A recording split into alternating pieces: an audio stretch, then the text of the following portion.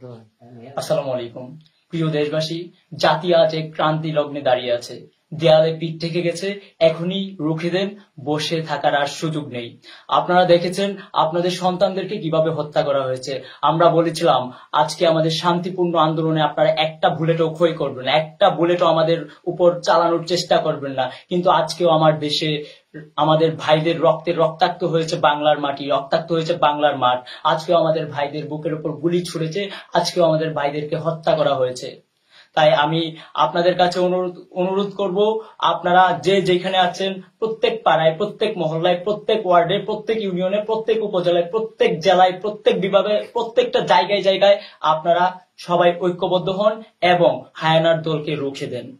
আমরা জানি না আমরা কতক্ষণ আর থাকতে পারি এভাবে। আমি হয়তোবা এখানে আপনাদের সাথে কথা বলার পর আমি নাও থাকতে পারি, কিন্তু আপনাদের কাছে অনুরোধ থাকবে, আপনাদের কাছে আহ্বান থাকবে, আপনারা সবাই ঐক্যবদ্ধ হয়ে আমাদের ঘোষণার জন্য আর অপেক্ষা করবেন না। আপনারা যে যেখানে আছেন সবাই মিলে প্রতিরোধ গড়ে তুলুন, ঐক্য গড়ে তুলুন। আপনারা আজকে দেখেছেন আপনাদের সন্তানদের সাথে কি হয়েছে। এটা এখন আর শুধু ছাত্রদের আন্দোলনে সীমাবদ্ধ নেই, এটা এখন ছাত্র জনতার আন্দোলনের রূপ নিয়েছে। এটা এখন যে মা তার সন্তানকে হারিয়েছে সেই মায়ের আন্দোলন, যে বোন তার ভাইকে হারিয়েছে, যেই ভাই তার বোনকে হারিয়েছে, যে পিতা তার পুত্রকে হারিয়েছে, এখন তাদের সবার আন্দোলন। তাই আমরা আপনাদেরকে আহ্বান জানাবো, আপনারা আর কেউ বসে থাকবেন না।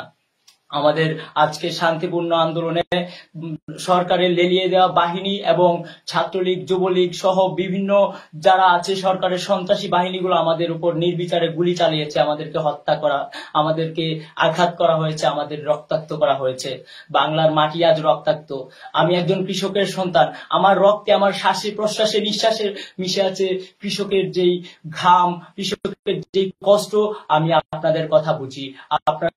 আপনারা দেখেছেন আমাদেরকে কিভাবে নির্যাতনের শিকার হতে হচ্ছে। তাই আপনারা যারা কৃষক, শ্রমিক জনতা আছেন সবাই রুখে দাঁড়ান, সবাই ঐক্যবদ্ধ হন। এখনই রুখে দাঁড়ানোর সময়, আর সুযোগ নেই। আপনারা সবাই ঐক্যবদ্ধ হন।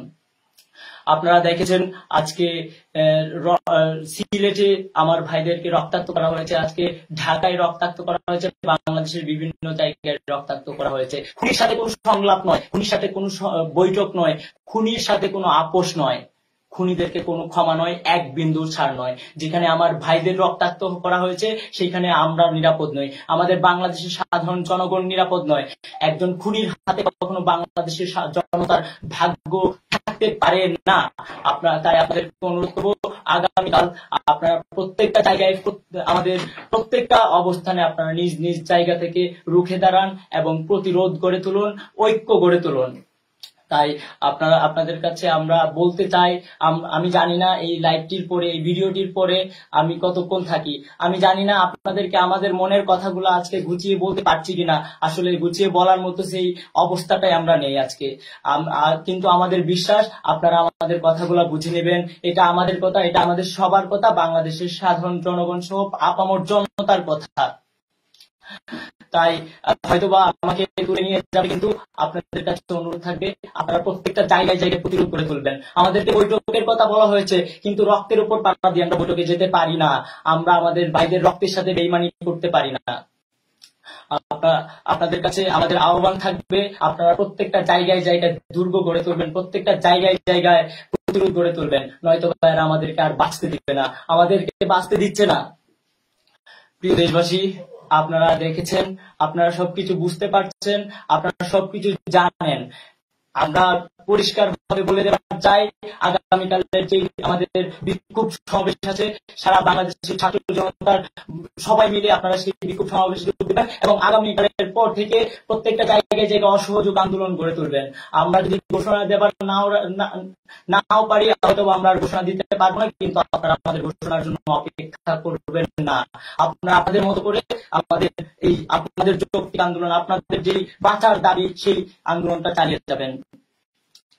বাংলাদেশের সকল বুদ্ধিজীবী, আইনজীবী, ডাক্তার, শিক্ষক, শিল্পী, পেশাজীবী সকল শ্রেণী পেশার মানুষ আপনারা আন্দোলনে যোগ দিয়ে আপনারা আন্দোলনকে সফল করবেন, আমাদেরকে বাঁচাবেন, বাংলাদেশকে বাঁচাবেন, বাংলাদেশকে রক্ষা করবেন। আর যারা প্রবাসী আছেন আপনারা আজ থেকে আজকের পর থেকে কোনো রকম রেমিটেন্স দিবেন না যতদিন পর্যন্ত আপনার জাতি মুক্ত না হচ্ছে।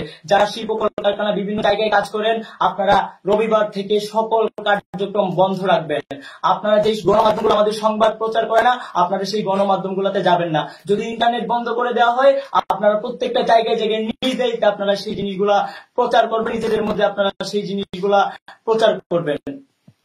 আমি আর বেশি কিছু বলতে পারছি না।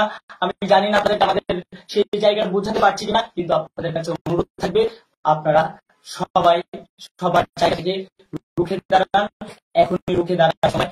আমরা বিশ্বাস করি আমাদের দল সুনিশ্চিত, সত্যের জয় সুনিশ্চিত।